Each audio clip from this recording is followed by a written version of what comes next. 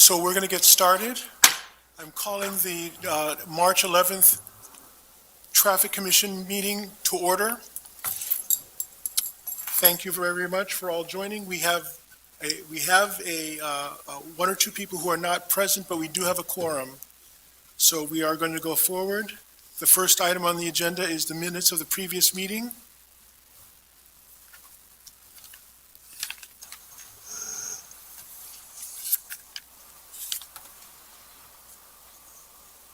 The January meeting. I'll make a motion to approve the January 2025 meeting minutes. I'll second. So there's been a motion and a second. Is there any further discussion? Hearing none, all in favor say aye. Aye. Aye. Any opposed? The motion carries. Thank you very much. The next item is staff project updates. Cindy, do we have any of those that we want to share? Yes, we have, I'm not sure if they were distributed or not, Mindy, the update. We have sort of a spreadsheet that we're providing each month to the commission related to various projects that the Public Works is working on related to streets and in the city. So last month I provided a spreadsheet that includes a list of the projects that we're currently working on. I can just go through a couple of these just to highlight things that have changed since the last meeting. The Ann and Juniata Streetscape project, we did receive some additional funding for that project, so we now have close to $1 million. And we are kicking off with the consultant later this month to identify what the scope, what we can include with that, that kind of funding in the scope. So again, that was a lot of safety improvement, a safety improvement at the Ann and Juniata intersection, and then also looking at improving sidewalks and lighting in that area on Juniata and Ann Street.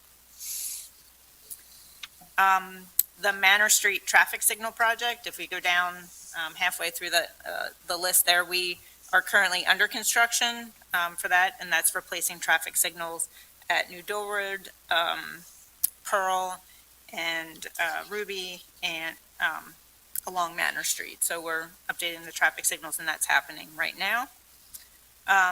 The Plum Street roundabout, I know the commission received information about a sign that was knocked down there. That project, that sign has, we may replace it with some other delineators because the sign keeps getting hit. I don't know if you've been out to Plum Street, the work isn't quite complete. They had to shut down for the winter, and signs and pavement markings weren't all completely installed, and the paving actually. So hopefully in the next month or two, those will all be installed, and you'll see a completed project out there. The Queen and Farnham intersection improvement, that's where we're adding some bump outs, some flashing beacons, and we're also doing some green infrastructure at that intersection. That will be going out to bid in the next month or so. So that will be under construction this summer. And then the South Duke Street Mobility Project, where we are doing improvements along South Duke Street, and including a shared use path along the side of South Duke, and adding back-end diagonal parking on the west side of the street, and trying to improve a lot of the pedestrian crossings in that area. That we received bids today, so we'll be reviewing those and hopefully awarding that in the next month or so. So construction will start on South Duke Street as well. And then just to highlight the street design guidelines and the two-way conversion, those are both projects related to the Safe Streets for All grant that we received, and we are kicking those off. So we should be going out to the public probably in the June, early summer timeframe with some preliminary analysis and discussion with the public about those projects. And then finally, the residential permit parking program, we are working with LPA to collect occupancy data. They have the license plate reader equipment that is being tested. And once we have more information related to the occupancy data, so knowing how much parking is being used during specific time periods, then we'll be able to go out, back out to the public for those pilot areas that were identified and start to have discussion about how to address RPP in those areas. Very good. Thank you very much. Are there any questions on the commission on any of these projects? And Cindy, you had said that this is available on the website as well? Is this updated on the website? I don't believe it's available on the website, but that is something we could provide on the Vision Zero website, actually. We could add that to the Vision Zero I website. mean, in many ways, we're looking at this as an enhancement of another way to communicate with the public on what is going on and what is being done in the public right-of-way. So if we can do that, that would be great. And I thank you for the update. Next, we'll go to the action agenda. The first item is old business, item 51, 2024, considering the request of Kevin Rolfs to add a convex mirror to the intersection of North Plum Street and Reynolds Avenue. Is Mr. Rolfs present? Ben, is this something that you're updating us on? So staff member Ben Hogan will be updating us. Oh.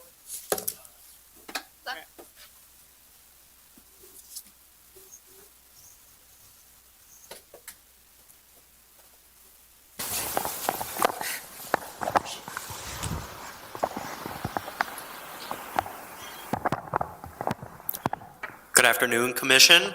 My name is Ben Hogan. I'm a Public Works Engineer for City of Lancaster. So this one, Plum and Reynolds, was before you at the last meeting.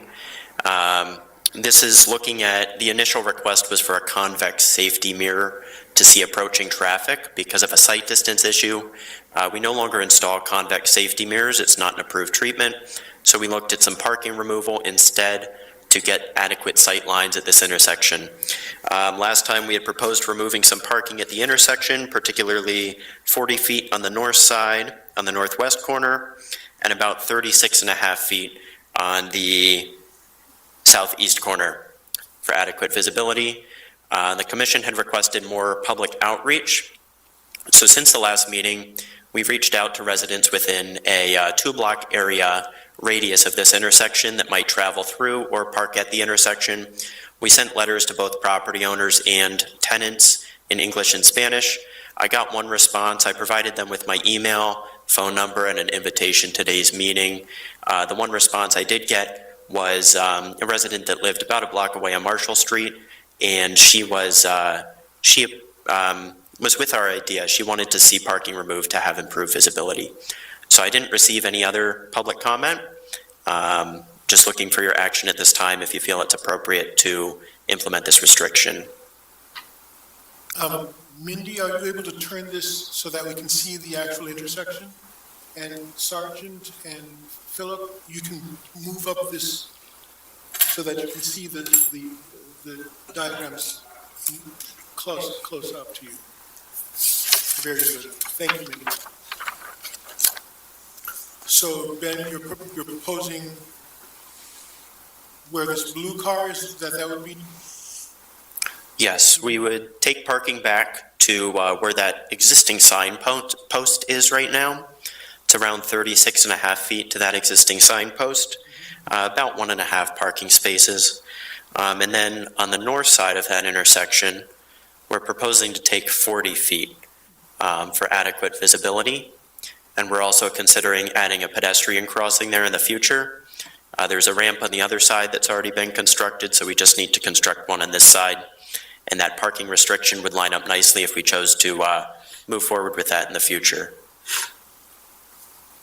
So in essence, that's, in order to provide that kind of visibility, we'd be losing approximately 3.5 spaces? Total, yes.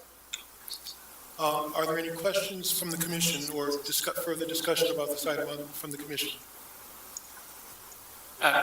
You mentioned that in the future you might add another ramp and a crosswalk. Is that a future project just because it involves more cost than putting up the signs, or? Yeah, there's a few complications here. There's a tree at that corner that's very close to the corner that might need some work. There's also a stormwater inlet there.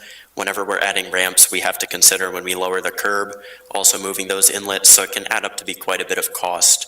We certainly want to finish that pedestrian crossing. Just looking to add that to a future contract, that's not exactly lined up at this time. Have we looked at any of the accident data for that? We have,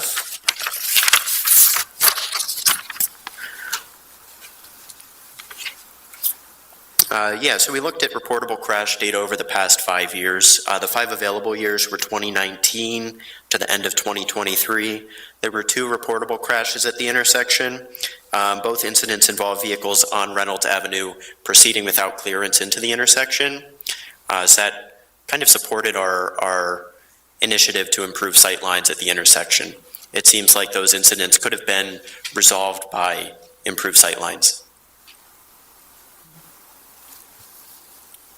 Any further questions? Any recommendations? Any motions?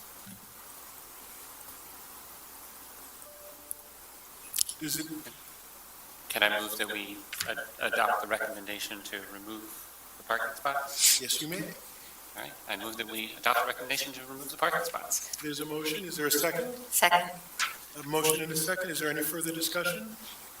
At the commission level, at the level of the public? Is anyone from the public who want to speak on this item? Hearing none, all in favor of approving what's been proposed by staff, say aye. Aye. Any opposed? The motion carries. Thank you very, very much. Thank you. The next item under old business is item 02 of 2025, considering the request of Jason Stauffer of Eklund Development to add a load zone to either 2-8 South Duke Street or 46 East King Street. Mr. Stauffer? Ben, is this something that you and your team have taken a look at? Has it? No, we've not. Oh, yeah, I mean, I think it's been reviewed. Did we get an official request? I think it was reviewed by police previously. Was reviewed by. It's in the minutes from the last meeting. Right. Yeah, it was reviewed by Sergeant previously. I think the recommendation was to not deny it, and then the requester wasn't present at the last meeting, so we. Correct, so I think I would. Mr. Stauffer was not in attendance. Sergeant Dre stated that he denied this loading zone during site review and stated why. Director Campbell asked if staff had looked at it. Ms. McCormick stated yes, but she thought it should wait until Mr. Stauffer was in attendance. So he's currently not in attendance. We should continue to table this one.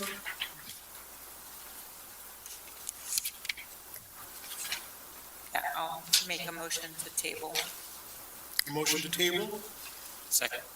and a second. Any further discussion? All in How many- favor? How many meetings can they not show up for until it's Eliminated. 11, like, the request is Take it off. So the not valid question, anymore? the question is, how many meetings does it get tabled for before we just remove it? Because they're not in attendance. Correct. It's a matter of internal policy, I would imagine twice. Right. So this would remove it from the agenda, and the person could resubmit at a later date. So we're giving them the opportunity, right? We're saying if they don't show up for the next meeting, it would be denied, and then, They've already Or are we missed saying- two. They've, right, so they already missed two? yes, this is the second one that they've missed. Okay. So do we want to just deny it? And have them resubmit? I would support that. Sure. Yes, we're in support of that.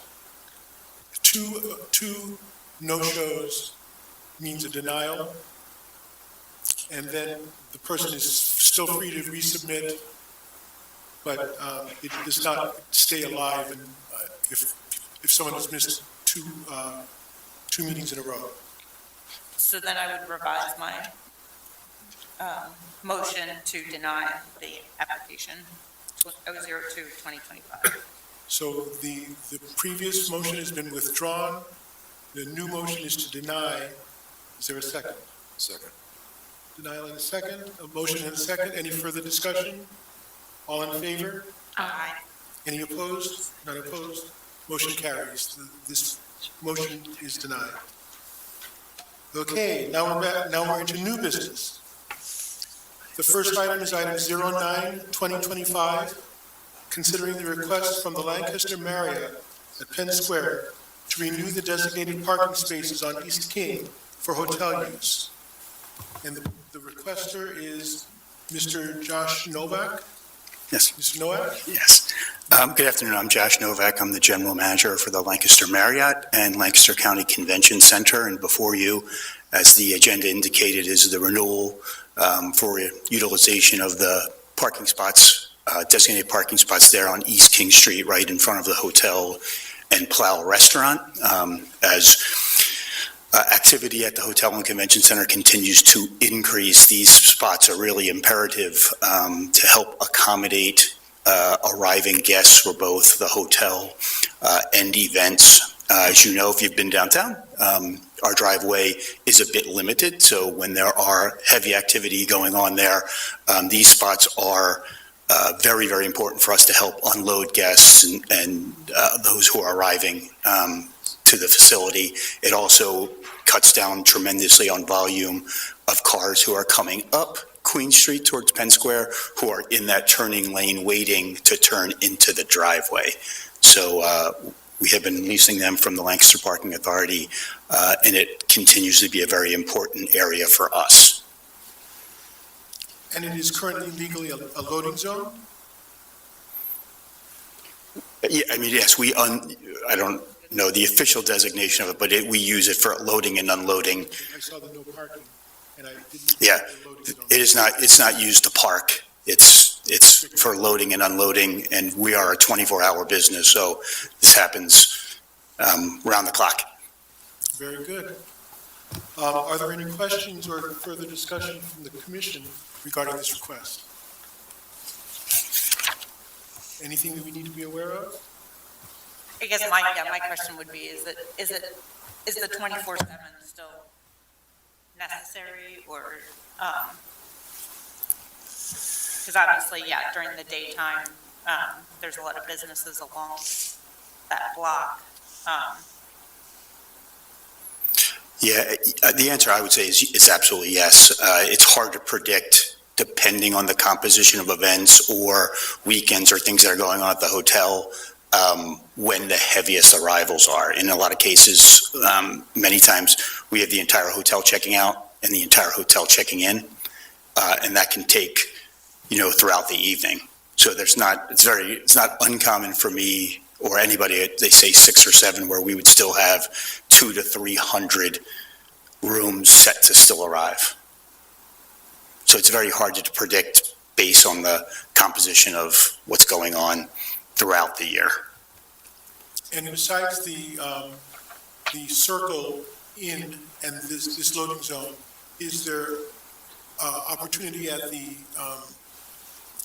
parking garage to load as well? Yes, we certainly do that as well. But that driveway, as you probably know, probably fits 4 to 5 cars because you keep a lane open for obviously emergency services. So it's sort of an extension of the driveway and, very critical.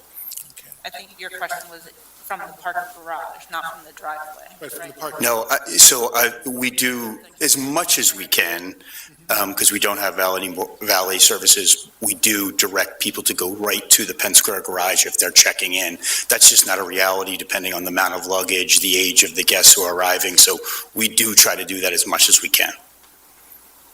Okay. Any questions, comments, suggestions, recommendations? Is there a particular reason why you do not do valet parking? It's still something that's still in consideration post-COVID, being able to staff it. But it would still require us to use those areas even more so now that we have the additional tower.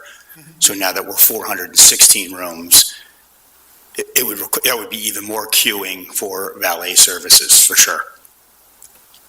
Okay. I would just say as somebody who has used a hotel, I might not have read ahead of time that I'm supposed to go in the garage and probably would park out front initially until I went in and got instructions. So that doesn't surprise me that even if you're trying to get folks to go in the garage, they're not going to do it right away. Any further questions? Is there a potential motion?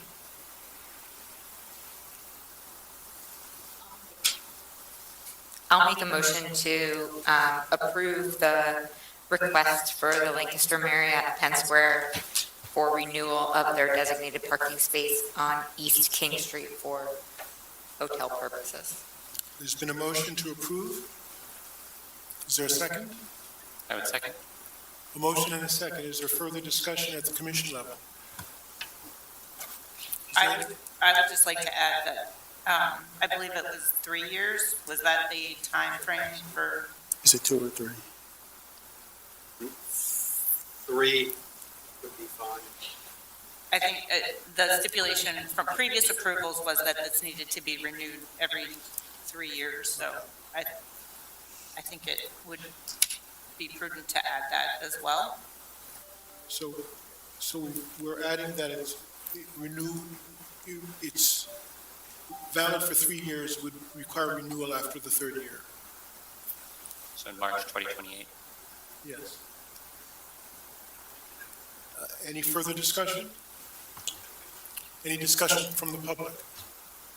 Parking Authority supports the request.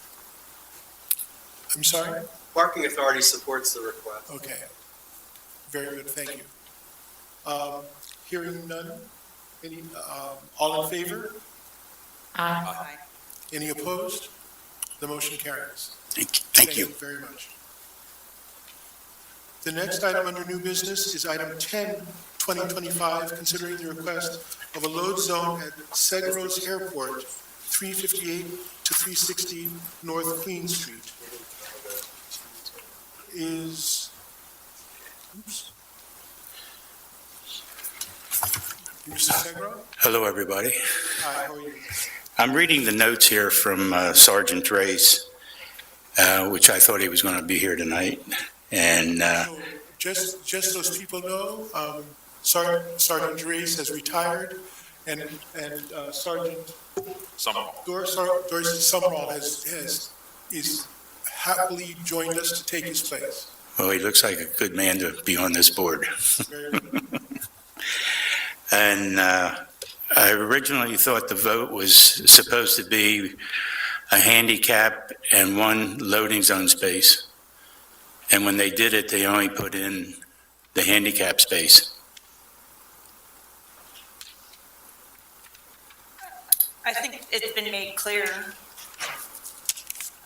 to you what we were putting in as far as a handicap space. Well, it says it right in here in the notes. It was a loading zone, it was a handicap and 1 parking space In what, in the minutes. I think there was, then it was just made note that it needed to be a discussion for you to coordinate with staff after. Yes.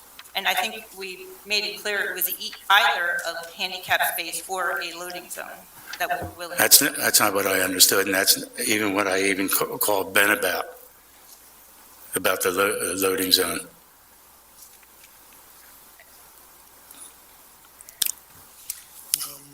I think we talked about the fact that there was going to be a loading zone on Lemon Street, and that is why, Well, I sent you pictures of the loading zone on Prince Street. on Lemon, yeah. So, Has anybody looked at them? yeah, The improvements related to the bike facility aren't complete yet. There will be delineators that will be put in the area. Excuse me, that became a 4 lane parking space up there. And that was a 3 today, and there's 4 there right now. The fire engine couldn't even turn to get down, or a tractor and trailer cannot turn at that street right now.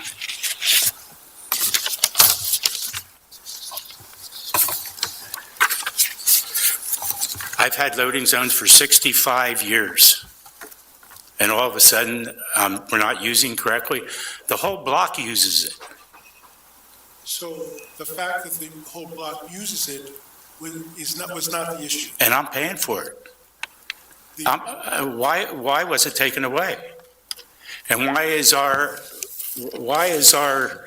pushback 20 feet, 9 inches, and on the other side of the street is 14.6? Why can't it be even?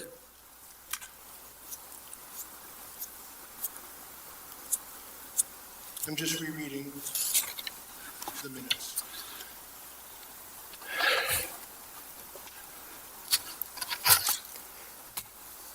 It does state that the way Mr. Segro is using the loading zone is not the intended purpose.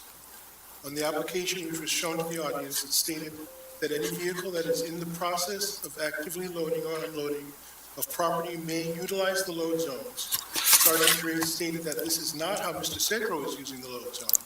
He also offered to remove the load zone and place a handicap parking space. Sergeant Drace made a motion to accept items 05-2025 and 06-2025 of the consent agenda, seconded by Mr. Mandros. When I talked to Sergeant Race, he never said that to me. And I called the mayor's office on it, they would not recall. So now we went to the district attorney's office on this subject. So, and if you've gone to the district attorney's office, where does it stand? We're discussing, because Sergeant Drace told me something completely different.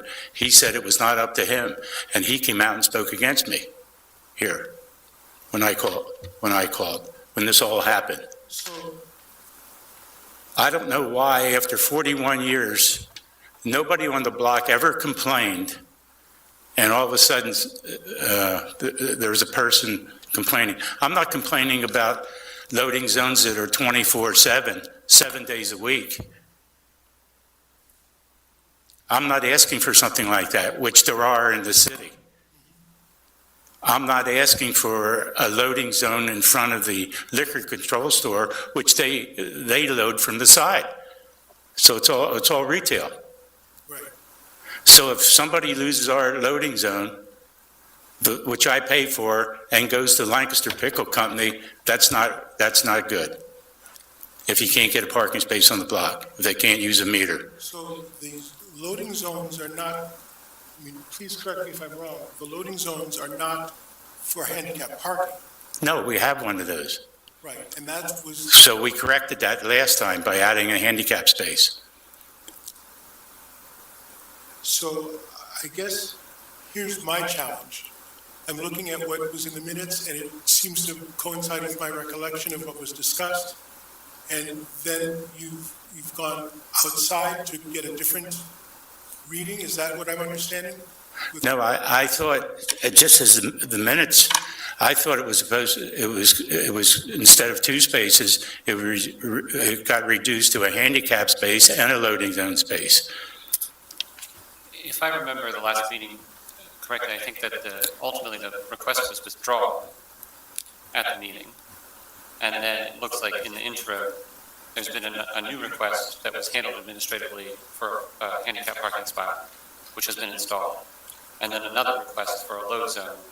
And I see that the recommendation from Sergeant Summerall, I believe, did you do this? Was to deny it because it seems like a more appropriate space for a load zone would be mid-block. Right.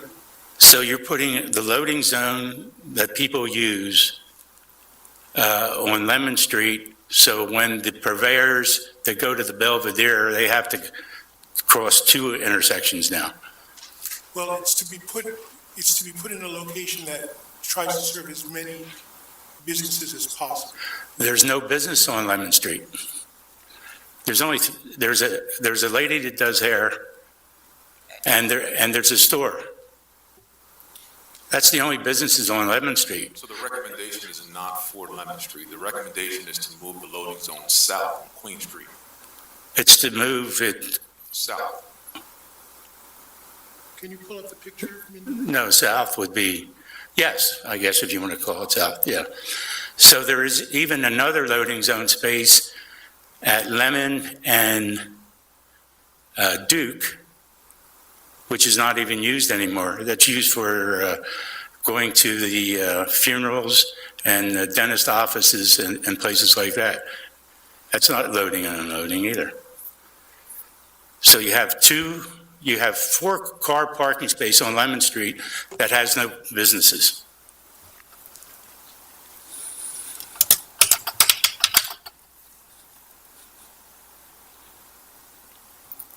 Basically, your request to add a loading zone Yes, ma'am. was reviewed by the police, and they indicated that the location you requested would be denied, but their recommendation was if a loading zone was needed on that block, on the 300 block of North Queen Street, that it should be mid-block. Put it on mid-block. We need a loading zone. And that's what I guess we can discuss. And it should be on our side because that's where all the businesses are. And that's the safest place to get off is right onto the pavement. So mid-block would be closer to the Guild or, somewhere in that. That's fine, just as long as we have a loading zone.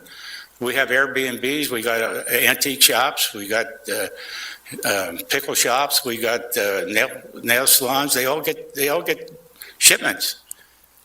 So it has not been executed as yet? Correct. What people are used to is they're used to the loading zone at this location.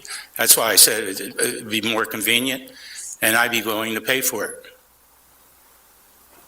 So I guess I have a procedural question, because the report from the request says that a more appropriate location would be mid-block. It's not like I come to meetings all the time, so I don't know what the requests were or how it got changed. That's okay, we're all trying to make it clear. But I did, after the final summary of all this went down, which I was very new at, I thought it was a handicap and adding the loading zone behind the handicap section. When Travis Good came to our place, he said, when they were putting the 20.9 setback, he said they would probably add the 2 parking spaces behind that. And that calmed us down, I mean, we were all upset, without notice and everything else, this happened to us. So, I mean, I think it's not the right way to do business, and I think we should be treating businesses in Lancaster a little bit better than what we're doing here. If I may, I just want to ask if there was already been a recommendation that a mid-block load zone might be appropriate, do we need to do this as a commission, or just as an administrative clarification. yeah, if that already seems appropriate, then do we need to not do anything? Why not put it back where it was originally? Can I ask that question? Just for, May I ask, let me give you a point of reference that'll help you can you guys. just come to the microphone? Larry Cohen, Parking Authority. There was a mid-block loading zone that was paid for by Building Characters. They had it for several years. Marty gave it up, I think, at least over a year ago, because he stated that folks were just parking there and it wasn't being used as a loading zone. So I just want to let you know, whatever decision you make, there was a mid-block, pretty much in front of Building Characters. Of course, we need to enforce it, right? So that folks are not just parking there. Right. But in the recent past, there was, and it was given up by the Building Characters who paid for it. So I just want to let you know that. Thank you. So in essence, the recommendation is to revert back to having that loading zone basically in the same location that it previously had been in. I mean, it helps because everybody knows it. The people from out of town, they know it. They go to the Belvedere, the meat guys, the booze guys, they all go there. So it's convenient. Our guys know it. All the postmen, all the drop-off guys at the pickle shop and all that, they're all there. All of the Korean restaurants, they park down there and put their food, bring their food up to the restaurant. Yeah, And with that loading zone and it's safer there. restored, then we just need to make sure that it is enforced properly so that it is available for loading as necessary. You're referring to the mid-block loading zone? All Mid-block. right, just want to make that clear, 'cause I don't believe that's what Mr. Segro was referring to when you were speaking, or what he was understanding. I think that's what Mr. Cohn said too, the mid-block didn't work. I don't think he said that. He said that cars were parked there, but that's something that can be enforced as well. Yeah, it's an enforcement issue. Well, sure. I mean, we've got, the people gotten tickets there. Sure. So had it been, hold on just a second, had it been removed? Had that loading zone been removed, or was it just No, it's not enforced? You need me to come up? So Marty from Building Characters had made the request for that loading zone mid-block on Queen, and he paid for it over the however many years, and within the last year or two, he said he did not want to pay for the loading zone anymore. So the mid-block loading zone was removed? Correct. Okay. So the request then is for it to be restored, or for there to be a new mid-block loading zone put in there? Well, that wasn't the original request, but if you're modifying that You're request changing the to, request around. if you want to, I'm just asking for clarity of what the request is at this point. it's not my request. The clarification was that I would, the loading zone would be put back behind the handicap zone. so you would probably deny that request and approve reinstitution of the mid-block. Which loading nobody zone. wanted. Well, we have to enforce it, Right. for sure. And I just want to clarify, the loading zone was in front of Madcap, not in building character. Yeah, it was somewhere in that, It was So- in front of Madcap. in Madcap. That's one that's gone, but it was there like not long ago. Right. Madcap. That's the one, yeah, that's where the location. I think Marty was paying for that Right. loading zone. That's a whole nother conversation, I but don't think it's gone though. It is. Is it now? So the situation that we want to have is what, which is consistent with either what had been recommended or with the need? I guess the first question is to Mr. Segro, if he wants to proceed, would it be acceptable to have a mid-block loading zone, one that's farther south than what you initially requested? I'm sorry, I'm not understanding you. Would it meet your needs to have a loading zone that's further south than what your initial request was? I understand your initial request was one that's directly south of what's now the handicap parking spot, and the recommendation was to deny that. So That would be the ideal one, because if you want to take a poll of all the, So I understand that that's how you. Okay. Would you accept, would it meet your needs to have one that's a little bit further south? and that's towards the old Lebselders, or? reinstated at Madcap. Yeah. The more action is down this way, because they can hit the Belvedere, they can hit the store across the street, they can hit all the antiques, and they can hit the gallery, and they change over, they can hit the pop-up shop, and they change constantly. So would you rather not have a load zone than have one further south? I would rather bring it back to where it was for 41 years. That's not an option at this point. Pardon me? That's not the option that's being presented at this point. That was denied based on a site review done by myself as well as traffic. So would you be okay with it being, Why all of a sudden would it be denied? Your last request, your application has been put in for a load zone in front of your property. I believe was it 58, was it 358? It was already there for 41 years. It was taken away without, It's not there now, and we're going based on now, and the application that was put in, it was. am I putting the application in wrong? No, you're not putting it in. Okay. A site review has to be completed, which it was, and that site review, done by more than one person, does not recommend a load zone be placed where you're requesting it. I understand that would be most convenient for you. Okay, However, that is not an approved recommendation. okay. Well, how do I get a loading zone for the block? So that's what we're talking about now. We're presenting to you the option of possibly moving and putting a loading zone south of where you're requesting it. I said, let's go for it. Okay, and that's the question he was asking. But I said the ideal one, and then We get that. We understand. Okay. We understand exactly. Okay. What We're all trying to get to the same place, I think. So the intention would be to implement a loading zone further south, approximately where? Can you show it? Is it exactly in front of these buildings? Or approximately where? I guess It would have to be. should we do another We should do assessment Yes, we should do that. and identify? So I think if that's the case, then it could be handled like a typical loading zone in that you're identifying, I mean, in this situation, we're identifying the optimal location, but it would be done administratively, and then it would just come before the commission as a consent agenda item. And that would be the loading zone, and there would still be a handicap parking space. Correct, that has been installed, and I believe it's on the consent agenda. That has been installed? the handicap, yes. I biked by earlier and I saw it. It looks nice.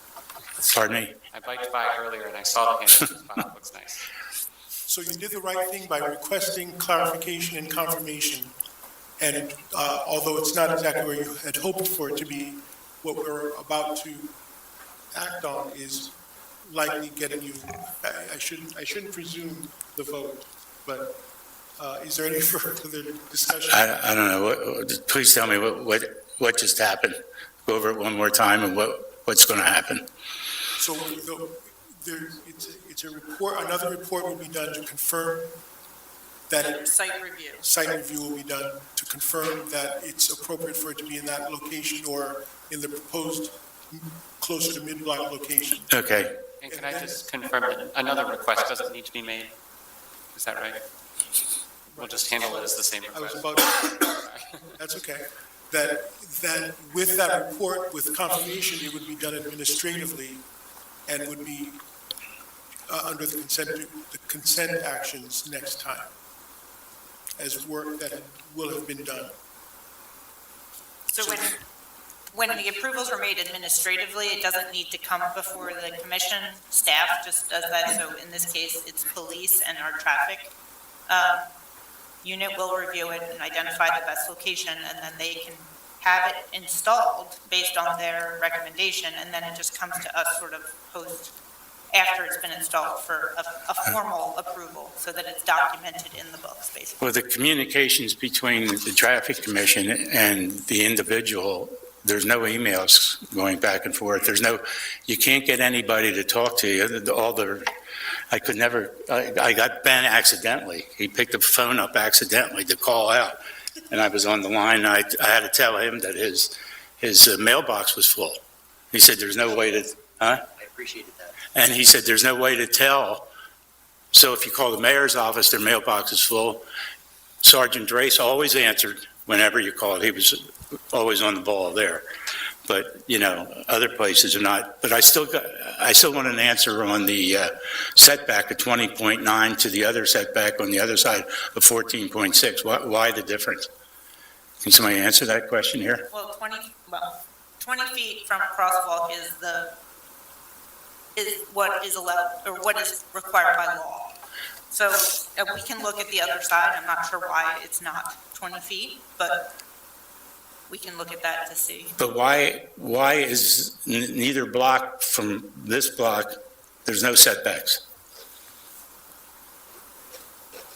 So on North Queen Street? parking within 20 feet of a crosswalk, based on the vehicle code. But that's not true because on Chestnut Street, there's no setback. Well, it's not marked everywhere, but that's just what the vehicle code says, just like you can't park 15 feet from a fire hydrant. So mine was the first one on Queen Street to get this? I'm sorry? My block and that corner there was the first one to get this on Queen Street? First to get what on Queen Street? The setbacks, The pavement markings and the delineators? the pavement parkings? The pavement markings and the posts, because the posts haven't gone in. No, on the streets. I mean, we've done it on many intersections throughout the city. I don't know of any, on Chestnut Street, it's right up to the So, crosswalk, and following block, and James Street, it's up to the crosswalk. I mean, it's The- not marked, at it's the- not marked at- at every location. It's, it's part of the vehicle code. So we try to emphasize it at certain locations by putting those pavement markings down. right, and as we do the work, that's as we do that enforcement as well. Okay, I trust your opinion. My digging in is, it doesn't do anything. It takes up parking spaces, that's what it does. It sets back people.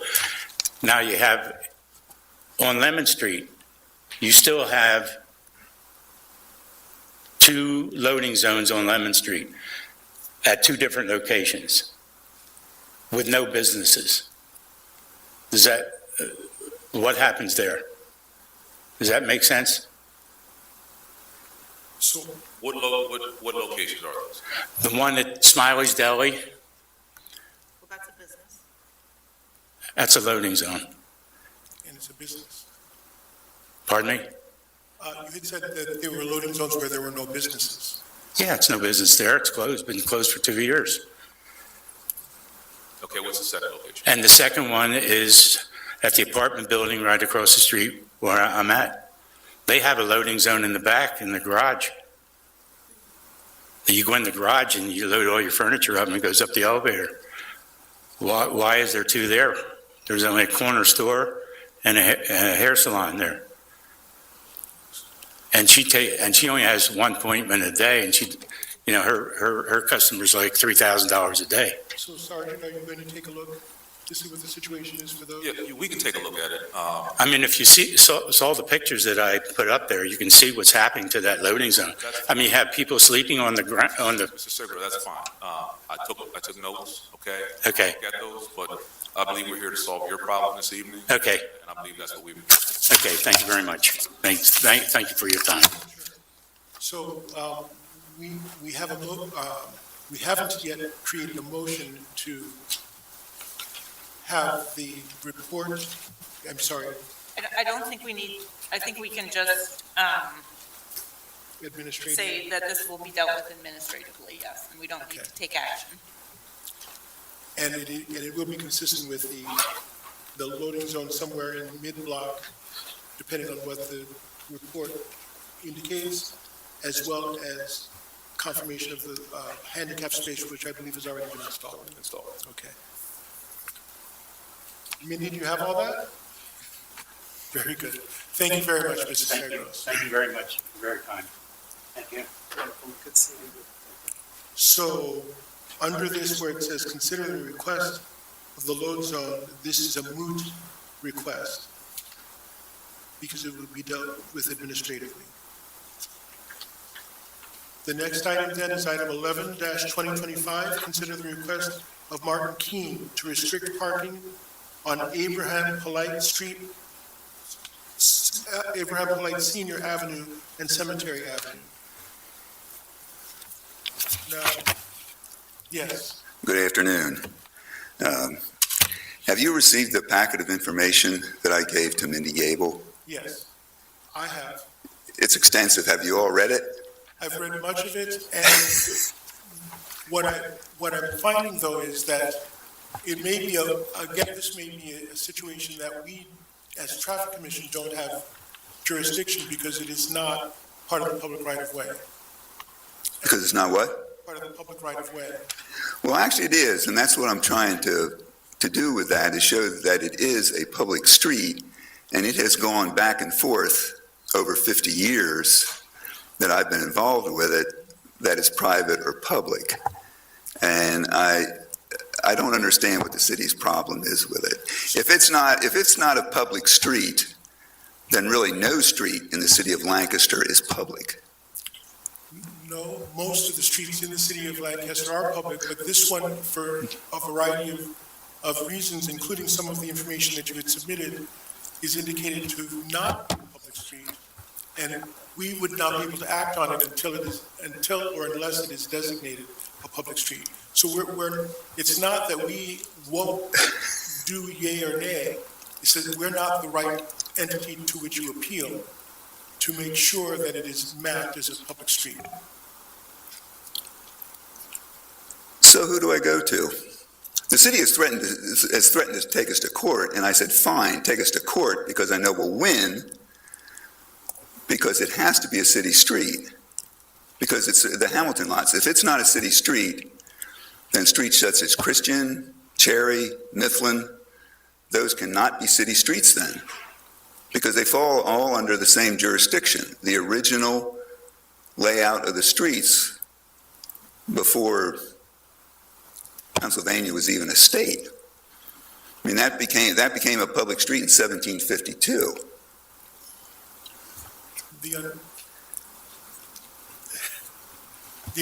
I guess the unfortunate thing is that this one has been in contention. And we, as Traffic Commission, cannot take action on it unless and until it is made clear that it is designated as a public street.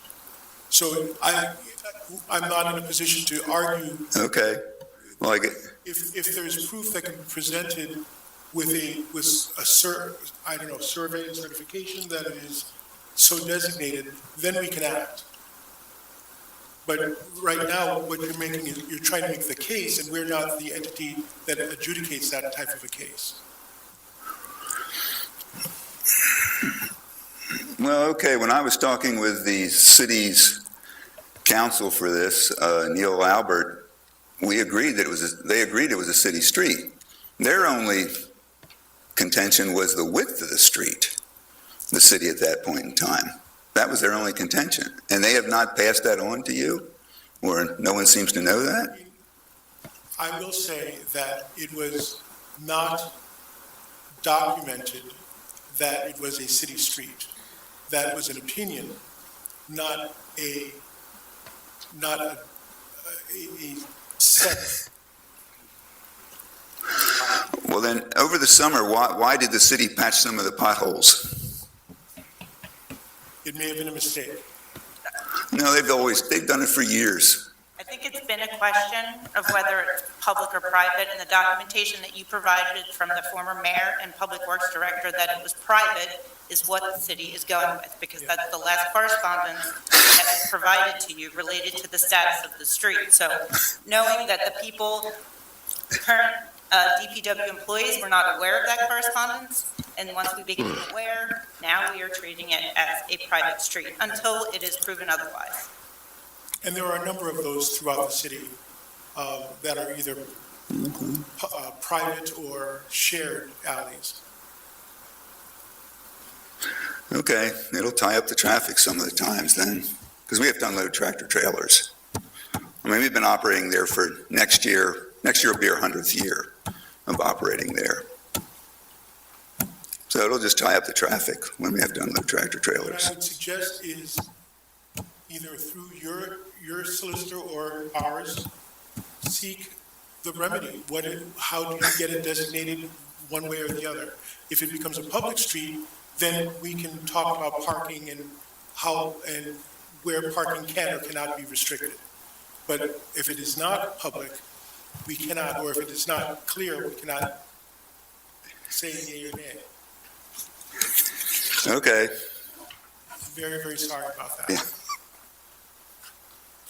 Okay. So then this, again, it seems that this is administrative because we don't have authority to do anything on this particular item. We could just deny. Just to deny based on the because of jurisdiction. Deny for lack of confirmation of jurisdiction. Yeah, I'd make a motion to deny the request of 11/2025. Is a motion made? Is there a second? Second. Any further discussion? All in favor? Aye. Any opposed? That motion carries. Thank you. So the next new business item is item 12-2025. Consider the request of concerns regarding oversized vehicles parking on Fremont Street. And that request is by, this is a bad issue.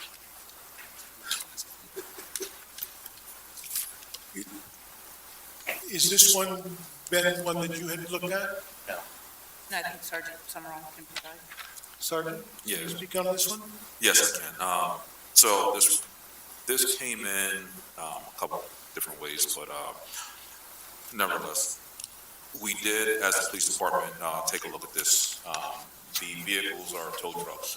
We reached out, I personally reached out to the tow truck owner, advised them on the oversized vehicle ordinance in the city of Lancaster, which states that these vehicles are not allowed to park on the street between the hours of 10 p.m. and 6 a.m., except for 1 hour at a time. We did send out a representative of the department to advise them one night in person. Tires were marked, came back, vehicles were still parked, tickets were issued. This complaint came in from a neighbor who also sent me photos of the vehicles parked out front. However, during the daylight hours, before the hours of 10 p.m., those vehicles being parked on the street are legally parked. And this was relayed to all parties that the ordinance clearly states 10 p.m. Monday through Friday and at midnight on the weekends, that the vehicles are not allowed to be parked other than 1 hour on the streets. These are not commercial vehicles. They do not exceed the weight of 26,000 pounds. But these vehicles do have a gross vehicle weight, and based on the way the ordinance is written, gross vehicle weight is what they are permitted to tow. So they exceed that gross vehicle weight, all vehicles in question. So is it a matter that there needs to be signage here, or what's the best way for it to be enforced? So enforcement is only permitted based on the ordinance after 10 p.m. Okay. So during the daytime, as you see the pictures here, the tow trucks are parked, they're legally parked. So like I said, they do not fall under the commercial vehicle designation. So you could post the, no commercial vehicle signs just as they're posted in the 1100 block, but it wouldn't apply to these particular vehicles. So the best way to enforce is either to have people constantly call or have 2 or 3 blasts where they're ticketed and get the message. So the correspondence I had back and forth was that it was resolved, at least for that period of time. Like I said, speaking to the tow truck owners, they were willing to move their vehicles, have their smaller tow truck there parked to the rear of the property, as long as it was parked on an approved pad for parking within the residence.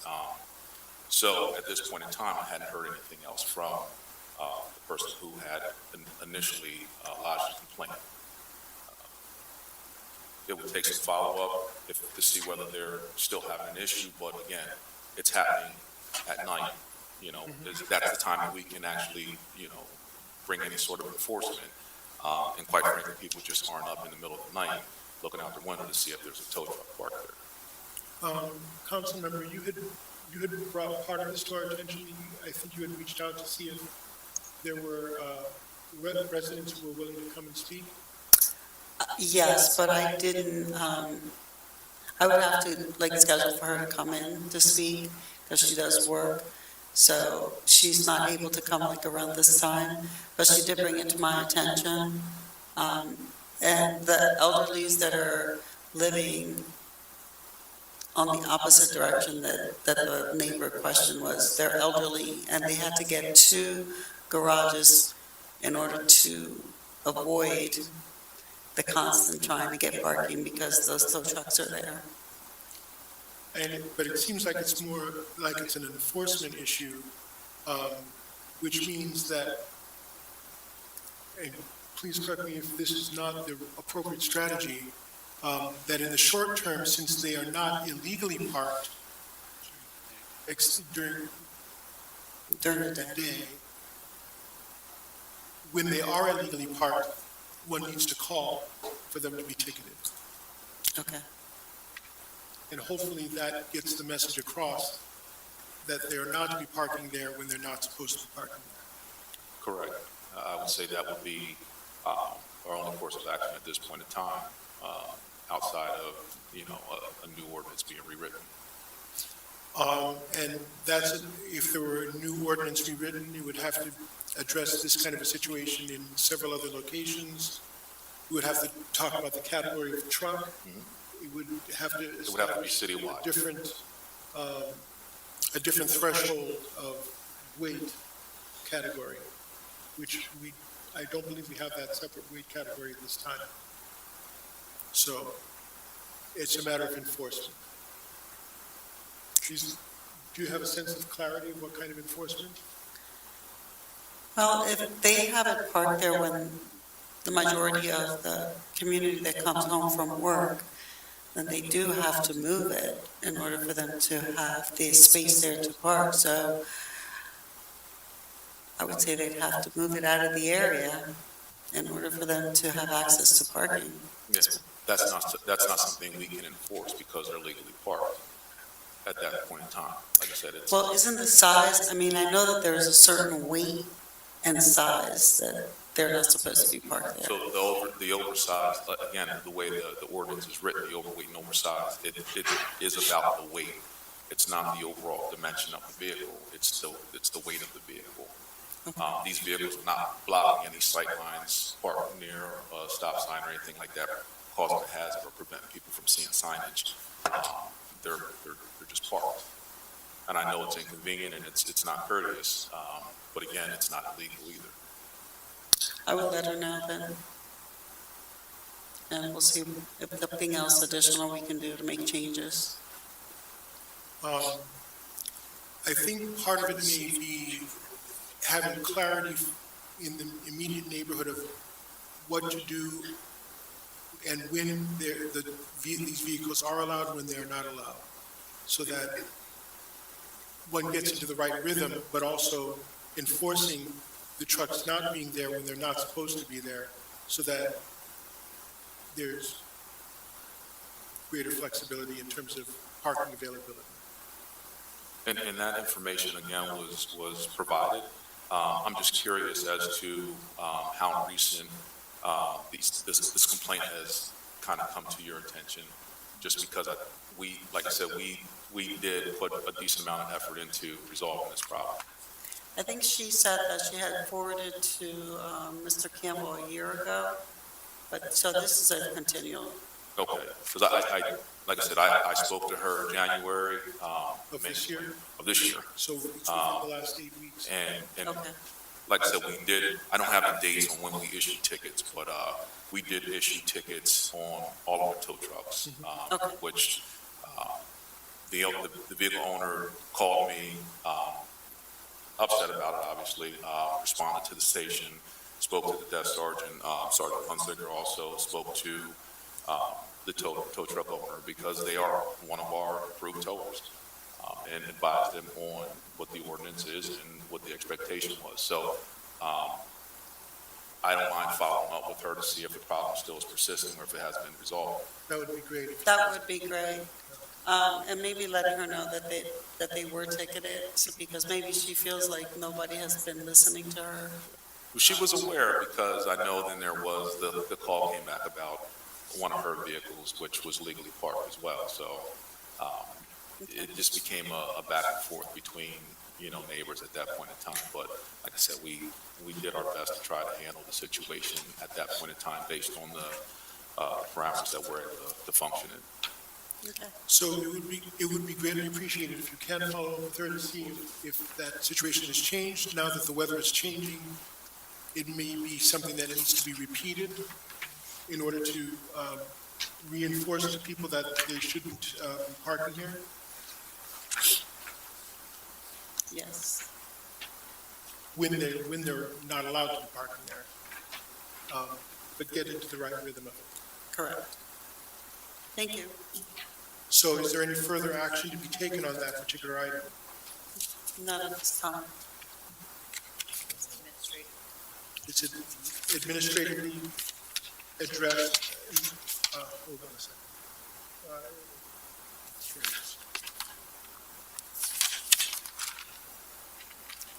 is. This one's being addressed administratively as well.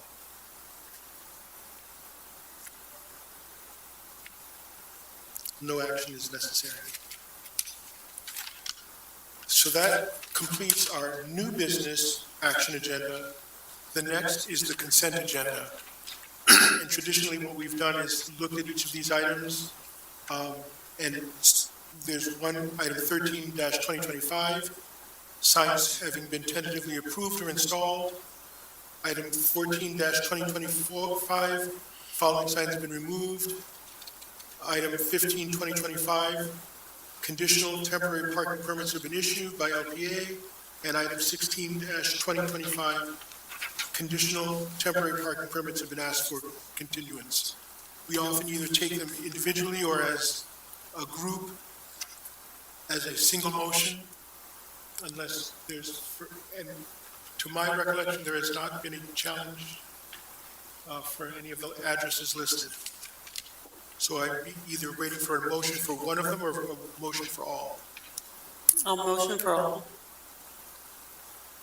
A motion has been introduced for all. Is there a second? I'll second. Oh, sorry. Motion and a second. Is there any discussion, further discussion? All in favor? The motion carries. So all the consent agenda items have been passed.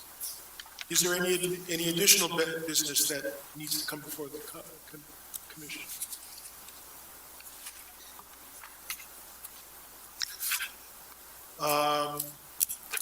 Having said that, the agenda of the Traffic Commission for March 11th has been completed. Do I hear a motion to adjourn? So moved. There's a motion and A second. all in favor? Aye. Motion carries. Thank you very much. It's 4:38 p.m. Yeah.